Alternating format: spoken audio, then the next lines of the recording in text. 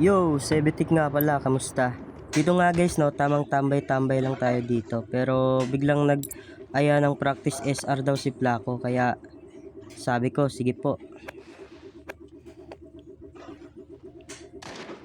Tapos dito sabi ko, hindi ko alam paano gamitin yan. Hindi naman kasi ako nag-SR.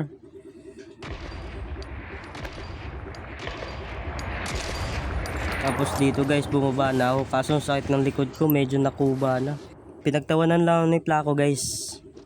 Tapos yun, sige, sabi ko, tara. Tapos dito guys, nung pepesto na sana siya, bigla ako napindot. Aray mo. Sorry Flaco, di ko talaga sinadya yun. Lumikot yung kamay eh. Tapos sabi ko dito, sorry, di ko sinadya. Tapos yun, okay lang daw. Tapos dito guys, napindot ko na naman, di ko sinadya. Aray mo. Sorry talaga Flac, di yun sadya. Partida na lang yun, malakas ka naman eh. Tapos dito guys, binigyan niya na ako. Tapos dito, binigyan niya ulit ako. Dito makakabawi ako eh. Sabayan na kami dito guys. Kaya akala ko magpapatuloy na lang yun. Kaso hindi pala.